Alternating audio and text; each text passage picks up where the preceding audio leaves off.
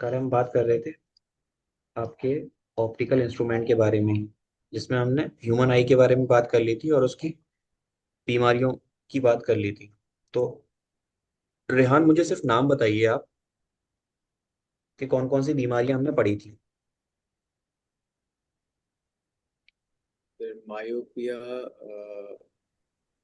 उसके बाद देख के नहीं बताना है, कैटरैक्ट। देख के नहीं बताना है, देख के नहीं बताना है। तो देख के नहीं बता रहा हूँ। अच्छा तो ठीक है। मायोपिया, मेट्रोपिया, कैटरैक्ट मेट्रोपिया नाम और की कोई बीमारी नहीं होती है। Hypermetropia, sorry. Hypermetropia, cataract. Okay. Cataract, उसके बाद आप बताएं मंतशा, बाकी की तीन। Stigmatism, astigmatism. Presbyopia. Presbyopia. और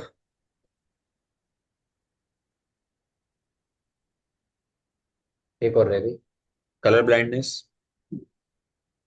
जी सर। इन सारी बीमारियों में से एक बीमारी ऐसी है जिसको सिलिंड्रिकल लेंसेज के थ्रू ठीक किया जाता है, उस बीमारी का नाम क्या है?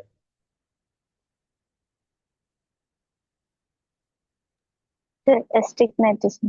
प्लास्टिक। क्यों बे रेहान, सही है आंसर। जी।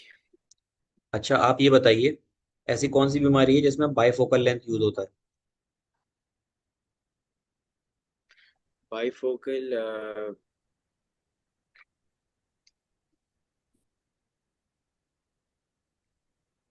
बाइफोकल कॉन्वेक्स कॉन्केव जिसमें दोनों यूज होते हैं। जी, कौन सी बीमारी होती है वो?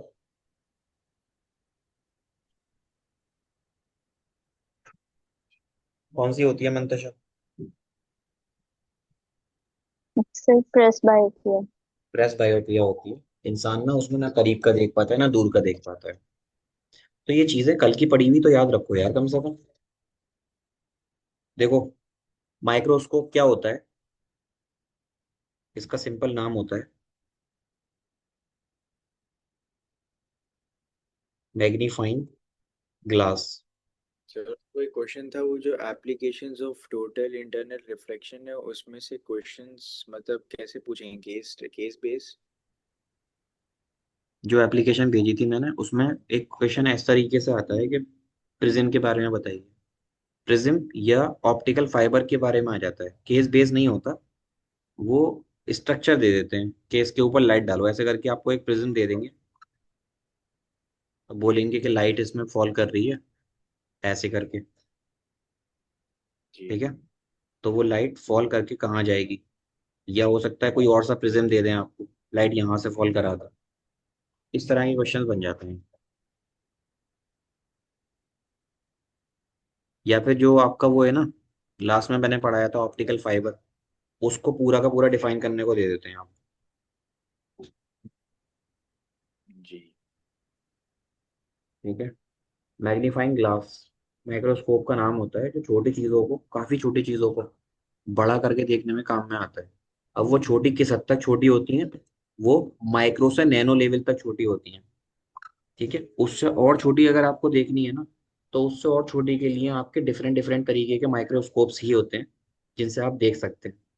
एक होता है मैग्नीफाइंग ग्लास। वो बेसिकली जो डॉक्टर्स होते हैं ना, जो डेंटिस्ट होते हैं, डेंटिस्ट एक मैग्नीफाइंग ग्लास यूज करते हैं दांतों में कीड़ा वगैरह को देखने के लिए। तो उनका भी मैग्नीफाइंग ग्लास जो होता है वो एक मिरर जैसा होता है सिर्फ। तो उसको भी मैग्नीफाइंग ग्लास बोलते हैं, लेकिन यहाँ पर माइक्रोस्कोप का मतलब क्या होता है कि काफी छोटी चीजों को बड़ा करके देखना। ठीक है। जी सर। जी ठीक सर। है, तो आप हेडिंग डालिएगा आप लोग माइक्रोस्कोप, और उसके बारे में लिखिएगा माइक्रोस्कोप क्या होता है। मुझे ये बताइए, आपने दो लेंस पढ़े थे, कॉनकेव और कॉन्वेक्स, उसमें इमेजेस बनाई थी। एक में छह बनाई थी, एक में दो बनाई थी। किस में छह बनी थी, किस में दो बनी थी? लेंस। हाँ, लेंस में कौन से वाले लेंस में छह इमेज बनी थी, कौन से वाले लेंस में दो इमेज बनी थी? कॉन्वेक्स में 6। कॉन्वेक्स में छह बनी थी, और किस में दो बनी थी? कॉनकेव में। कॉनकेव। तो एक बात बताइए मुझे, एक दोनों में से एक मिरर, एक सॉरी एक लेंस ऐसा था जिसमें जो इमेज बनती है वो बड़ी इमेज बनती है, कौन सा वाला होता है वो? इसमें बड़ी इमेज बनती है। देखो, कॉनकेव जो होता है लेंस, उसमें तो हमेशा इमेज आपकी छोटी ही बनती है, तो डिमिनिश बनती है या ऑब्जेक्ट से छोटी बनती है। तो अगर आपको किसी चीज को बड़ा करके देखना है तो आप कौन सा लेंस यूज करोगे उसमें, कॉनकेव या कॉन्वेक्स? कॉन्वेक्स। कॉन्वेक्स। ऑब्वियस सी बात है, कॉन्वेक्स लेंस आपको यूज करना है कि अगर आपको किसी चीज को मैग्नीफाई करना है। ठीक है, तो ये चीज ध्यान जी रखिएगा। सर। आपने जो इमेज बनाई है वो आपकी हर एक जगह पर काम में आएंगी। अब माइक्रोस्कोप के अंदर जो लेंस लगा होता है, वो लेंस कौन सा होता है आपसे पूछ सकते हैं, कॉनकेव होता है या कॉन्वेक्स होता है? तो वो लेंस होता है कॉनकेव, कॉन्वेक्स। कॉन्वेक्स जी। इसके बारे में लिखिएगा माइक्रोस्कोप के बारे में। A convex lens of a very short focal length, a convex lens of a very short focal length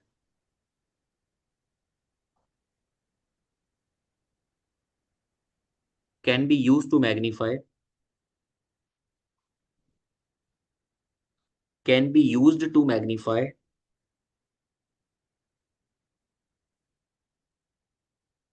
image of small objects,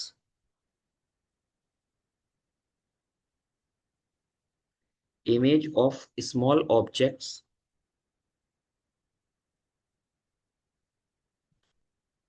is known as, is known as magnifying glass,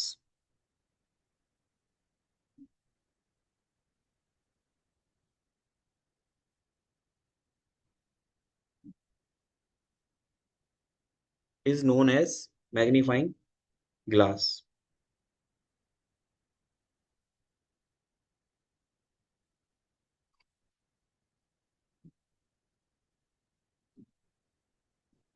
अब जो microscope होता है उसको आपकी book में दो तरीके से कैटेगराइज कर रखा है।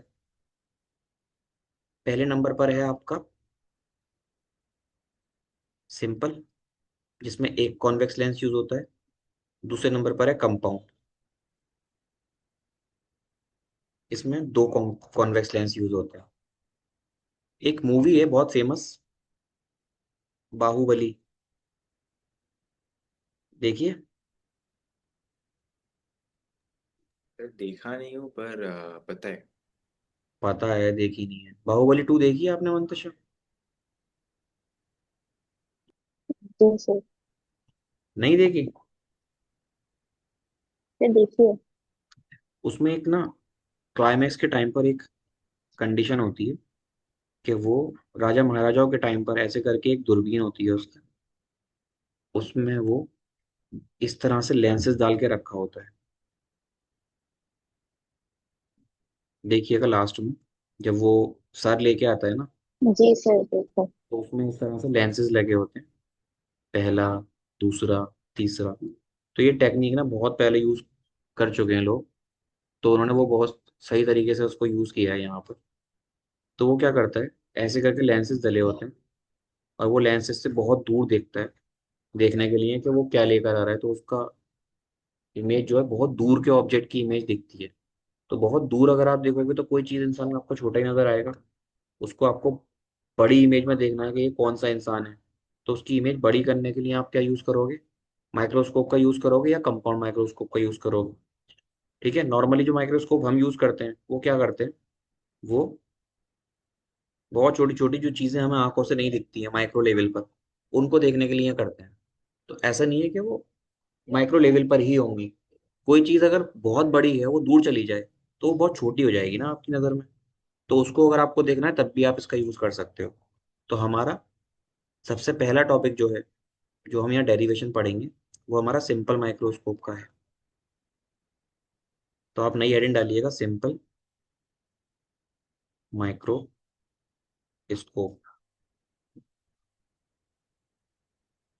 ठीक है, जब हेडिंग डालने तो बताइएगा मुझे।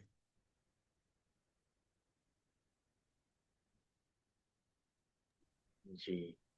जी सर। अब मुझे बताइए कि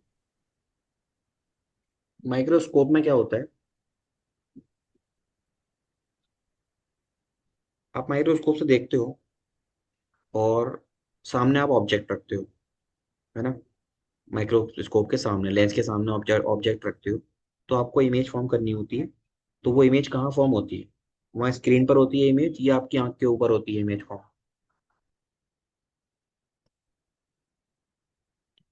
वो आंख की स्क्रीन पर ही इमेज फॉर्म होगी आपकी। अगर आप किसी चीज को देख रहे हो, उसकी इमेज दिख रही है आपको, तो वो कहाँ बनती है इमेज? हाँ। रेटिना पर। आपके रेटिना पर बनती है। तो यानी कि एक कंडीशन है, वो कंडीशन मैं आपको बता देता हूँ। ये मेरा कॉन्वेक्स लेंस है, ये ऑप्टिकल सेंटर है, ये फोकस है, ये फोकस टू है, ये सेंटर ऑफ कर्वेचर है, सेंटर ऑफ कर्वेचर टू। तो एक केस था जहां पर आप ऑब्जेक्ट को यहाँ रखते थे, ऑप्टिकल सेंटर फोकस के बीच में, तो आपकी लाइट ऐसे जाती थी और ये इससे पास हो जाती थी। एक केस था ये। ठीक है। तो ये कहीं नहीं मिलती, आप क्या करते हैं, इसको पीछे की तरफ मिलाते थे। ऐसा होता था, तो आपके ऑब्जेक्ट से तो आपको बड़ी इमेज ही मिलती थी इस केस में। तो सिंपल माइक्रोस्कोप में हम क्या करते हैं, सिंपल माइक्रोस्कोप में देखिएगा आप, हम एक लेंस लगा होता है उस मशीन के अंदर, कुछ इस तरीके की मशीन होती है।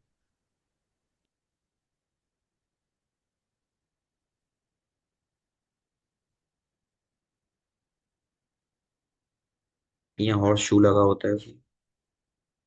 ठीक है। फिर एक स्टैंड होता है उसका अलग से, और यहाँ पर एक इस तरीके से दूरबीन टाइप होती है। आप यहाँ कहीं स्लाइड रखते हो, इस वाली प्लेस पर आप स्लाइड रखते हो लाकर। देखा होगा कभी माइक्रोस्कोप तो यहाँ जी आपका सर। लेंस, यहाँ आपका लेंस लगा होता है, आप ऑब्जेक्ट रखते हो यहाँ। तो ये जो पोजीशन है ना, मान लो ये लेंस का ऑप्टिकल सेंटर है और यहाँ पर उसका फोकस होता है। तो आप ऑब्जेक्ट रखते हो ऑप्टिकल सेंटर फोकस के बीच में। ठीक है, इस तरीके से आप ऑब्जेक्ट रखते हो। तो सिंपल माइक्रोस्कोप लिखने के बाद ना, इसका प्रिंसिपल लिखने को आता है कई बार। किस प्रिंसिपल पे काम करता है सिंपल माइक्रोस्कोप? सिंपल माइक्रोस्कोप तो हेडिंग है आपकी, उसका प्रिंसिपल लिखिएगा डायरेक्ट। प्रिंसिपल में लिखिएगा, when object is placed in between, when object is placed in between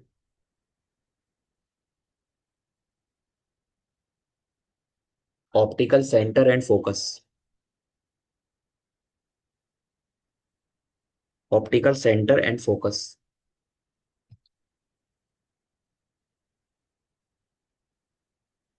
a virtual and erect image, a virtual and erect magnified image लिखिएगा, a virtual and erect magnified image, a virtual and erect magnified image is formed on the, is formed on the same side of the lens, is formed on the same side of the lens।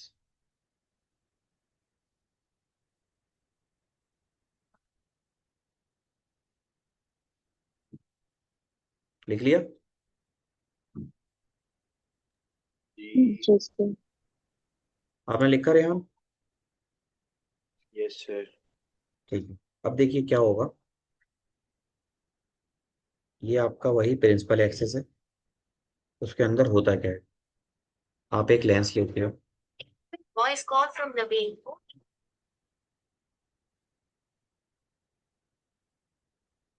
Hello. हाँ नबील।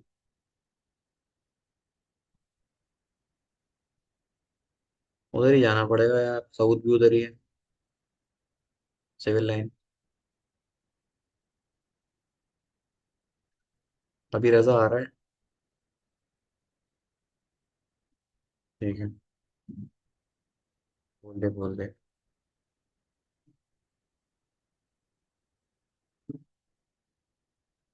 तो देखिए, यहाँ पर मुझे पहले एक lens बनाना है। इसी इमेज के थ्रू ना मैं डेरिवेशन भी कराऊंगा, तो इमेज देख लीजिएगा आप सही से। ये आपका ऑप्टिकल सेंटर, ये आपका फोकस, ये सेंटर ऑफ कर्वेचर। ठीक है। अब क्या है, आपका ऑब्जेक्ट प्लेस करेंगे आप फोकस और ऑप्टिकल सेंटर के बीच में। ये मेरा ऑब्जेक्ट है। इसमें तीन चीजें इधर भी होती हैं। इधर फोकस होता है F1, इधर फोकस 2। तो रूल क्या कहता है, रूल कहता है कि जब आप सीधे लाइट को भेजेंगे तो it will passing from focus.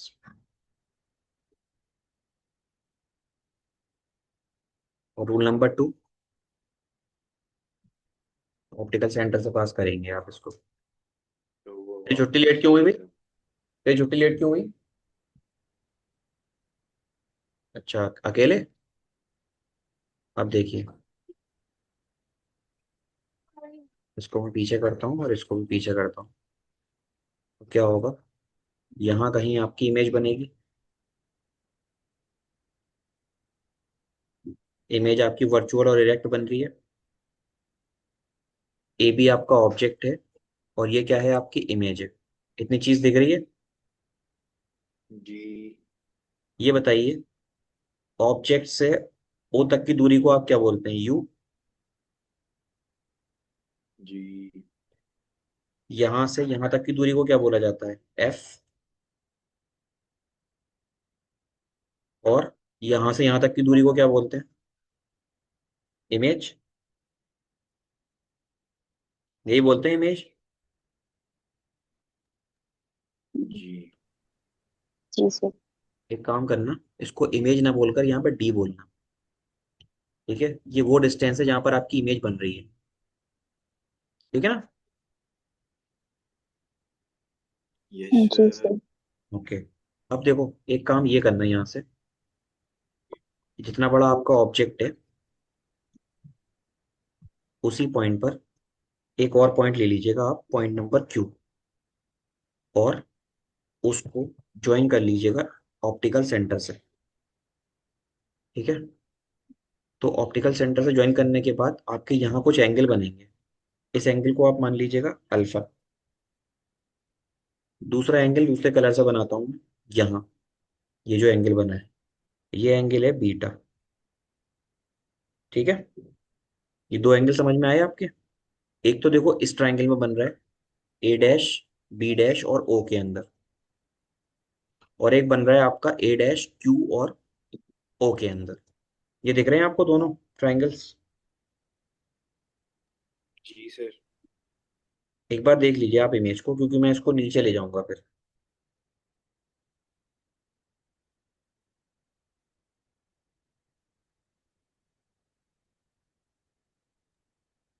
Ji sir.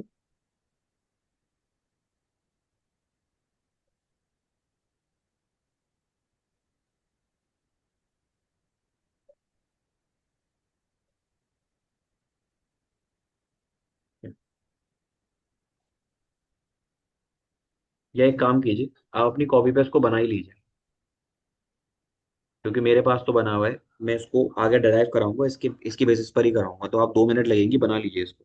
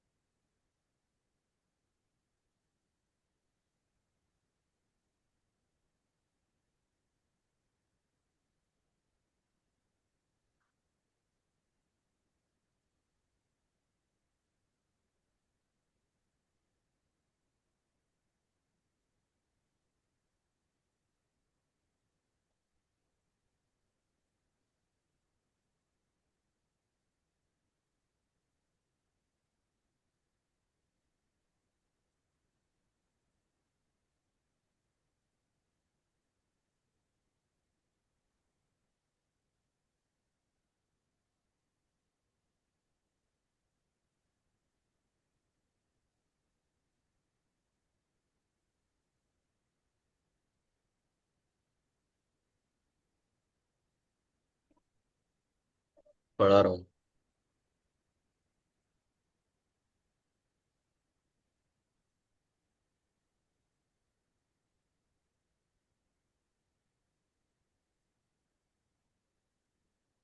क्या हो गया? पढ़ा रही हूँ, पढ़ा रही हूँ, अभी पढ़ा रही हूँ।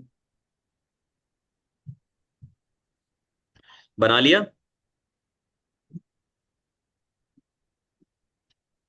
जी सर। Very- क्या कह रहे हैं? जी ओके। ये ना लिखने के बाद में एक सब हेडिंग है।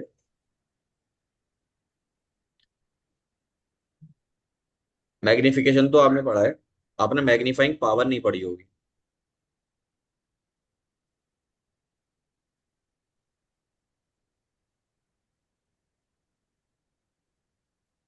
मैग्नीफाइंग पावर, ठीक है, इसको कुछ बुक्स में फाई से दिखाते हैं और कुछ बुक्स में एम से ही दिखाते हैं, तो मैं कैपिटल एम लिख देता हूँ उसके लिए। ये ना बेसिकली मैग्निफिकेशन जैसे होता है, कुछ कुछ उस तरह की ही है, लेकिन इसकी डेफिनेशन थोड़ी सी डिफरेंट होती है। तो मैग्नीफाइंग पावर लिखने के बाद इसके बारे में लिखिएगा आप, when image is formed at D, next ऐसे करके तो पॉइंट इस लिखिएगा। डायग्राम के बाद। इस डायग्राम के बाद छोटी सी हेडिंग डाल लीजिएगा, ये इसी का पार्ट है। When image is formed at capital D, ठीक है, ये कंडीशन है, जब आपकी इमेज डी पर बनेगी तो उसके लिए इसकी वो क्या होगी डेफिनेशन, मैग्नीफाइंग पावर की।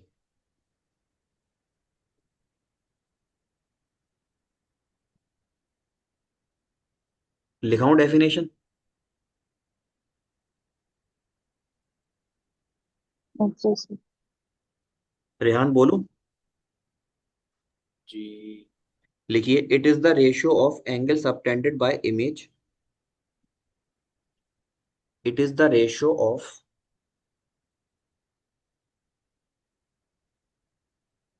It is the ratio of angle subtended by image, बैठ जा कुछ नहीं दिख रहा, at eye, image at I,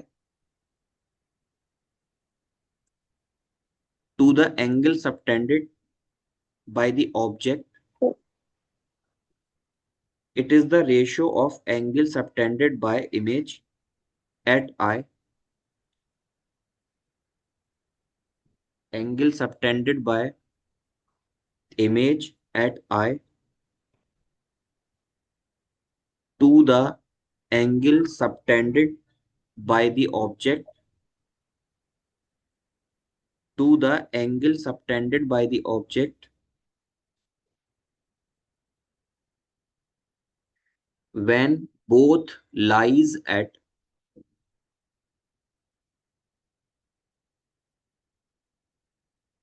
the least distance of,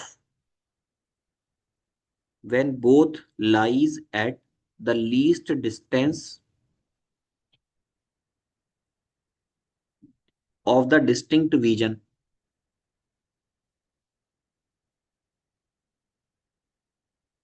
least distance of the distinct vision। अब देखो, जिस चीज की ना हम बात करने वाले, मैं यहाँ पर सिर्फ उतना ही बनाता हूँ। एक तो आपके पास ऐसे करके लाइन थी, जिसमें यहाँ ऑप्टिकल सेंटर था, यहाँ पर आपने ना ऐसे करके एक ऑब्जेक्ट रख रखा था जिसकी इमेज यहाँ कहीं बन रही थी,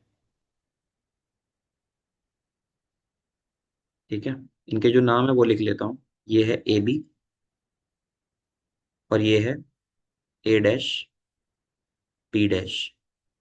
तो यहाँ पर आपने इसके पैरेलली ये माना था कि जो ऑब्जेक्ट होगा लीस्ट डिस्टेंस होगी ना, तो लीस्ट डिस्टेंस पर, लीस्ट डिस्टेंस क्या होती है, बिल्कुल करीब रखोगे तो आपकी इमेज इसी साइज की बनेगी जितने का ऑब्जेक्ट है।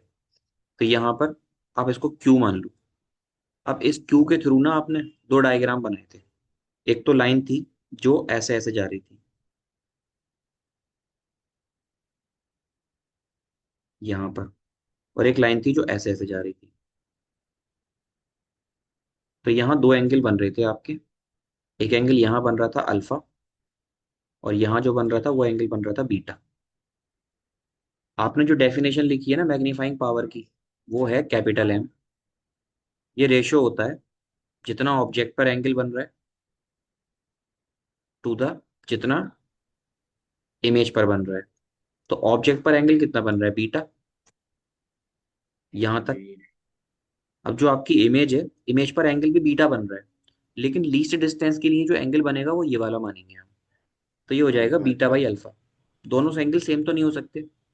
अगर आपकी लीस्ट डिस्टेंस होगी तो इमेज इधर की तरफ आएगी आगे, और इमेज पे जो एंगल बनेगा वो ये वाला एंगल बनेगा, लीस्ट एंगल। ठीक है। जी। इसको मैं लिख लूंगा ऐसे। ये वाली बात समझ में आई? जी।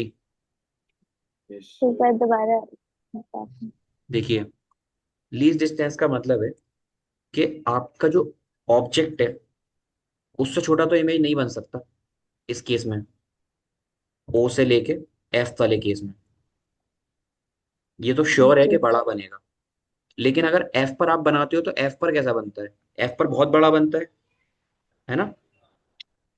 जी सर। तो मुझे ये बताइए, मिनिमम अगर मैं देखता हूँ। वॉइस कॉल फ्रॉम राजा।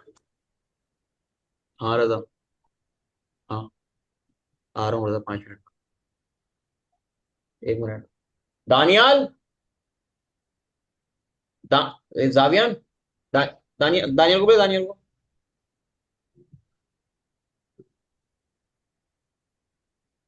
तो देखिए, मेरे कहने का मतलब ये है कि आप एक अजम्पशन ये लीजिएगा कि मिनिमम जो एंगल आपका बनेगा वो इतना बनेगा, यानी ऑब्जेक्ट से छोटी इमेज नहीं बन सकती। मिनिमम ऑब्जेक्ट की जितनी इमेज तो बनेगी। रजा खड़ा हुआ है नीचे, गेट खोलिए। पे बैठ जाओ, चाचू आ जी रहे सर। हैं। ठीक है, ये अजम्पशन ही है हमारा। जी सर। मैं हूं। अब देखिए, एक तरीका आपने पढ़ा है स्मॉल एंगल का। जब स्मॉल एंगल्स होते हैं तो आप बीटा को अप्रोक्सीमेटली 10 बीटा लिख सकते हो, और अल्फा को अप्रोक्सीमेटली 10 अल्फा। तो दानियल को भेजा है मैंने, 10 अल्फा लिख सकते हो। होगा क्या, यहाँ से जो मैग्नीफाइंग पावर है इसको आप लिख लोगे 10 बीटा अपॉन 10 अल्फा। ये बात समझ में आई? Yes sir. अब मुझे जी बताओ, अगर सर। मैं 10 बीटा की बात लिखूंगा, 10 बीटा में लिखूंगा, तो वो किसके बराबर आएगा? 10 बीटा यानी परपेंडिकुलर, यानी A dash B dash upon base, यानी कि ए डैश ओ। और 10 alpha A dash Q upon A dash O. इतनी बात क्लियर है? जी सर। जी this sir. Is equation 1, this is equation 2, and this is equation 3। तो 1 और 2 की वैल्यू थर्ड में रख दो आप, ले जा करके। उससे क्या होगा, जो आपका एम है वो बन जाएगा बीटा की value A dash B dash upon A dash O upon A dash Q upon A dash O. A dash ओ से ए डैश ओ कैंसिल, ये आ जाएगा ए dash B dash upon A dash Q. ठीक है, ये आपका एम आ गया। कितना आ गया? ए dash B dash upon A dash Q. इतनी बात क्लियर है? जी। जी सर। परपेंडिकुलर अपॉन बेस ही लिया है मैंने, कुछ और ले लिया? अबे यार,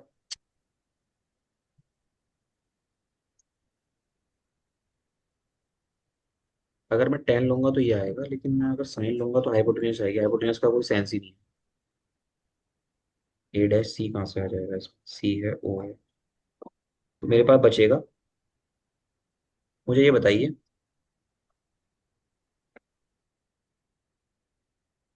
एक गलती हो गई।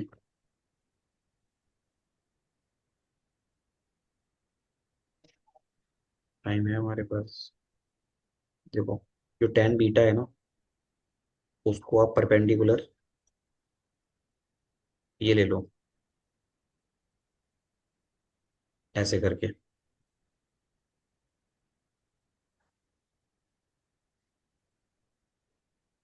ये जो है आपका इस वाले ट्राइंगल के लिए मैं बात कर रहा हूँ। दिख रहा है ये ट्राइंगल? जी। तो इसमें परपेंडिकुलर आपका ए बी होगा। तो आप यहाँ से लिखिएगा A B upon A dash ओ।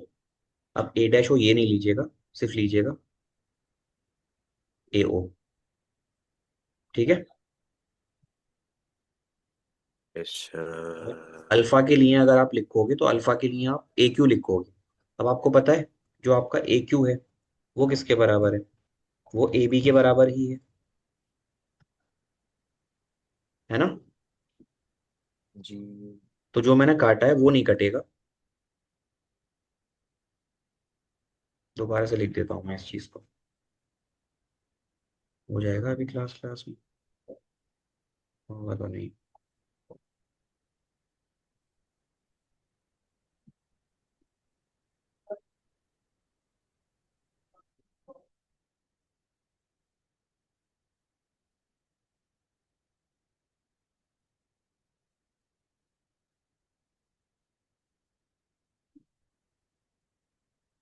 बेटा ये मेरा लैपटॉप सब चला जाएगा तेरे साथ भाग जो रहा है तू। देखो ये मीटिंग ओवर होने के बाद दोबारा ज्वाइन करना, ठीक है? मैं पूरा डेरिवेशन कराता हूँ उसके बाद। इसी मीटिंग में ज्वाइन करना दोबारा से। ओके। यहाँ ओके से सर। इसको अगर मैं लिखूंगा तो क्या बनेगा?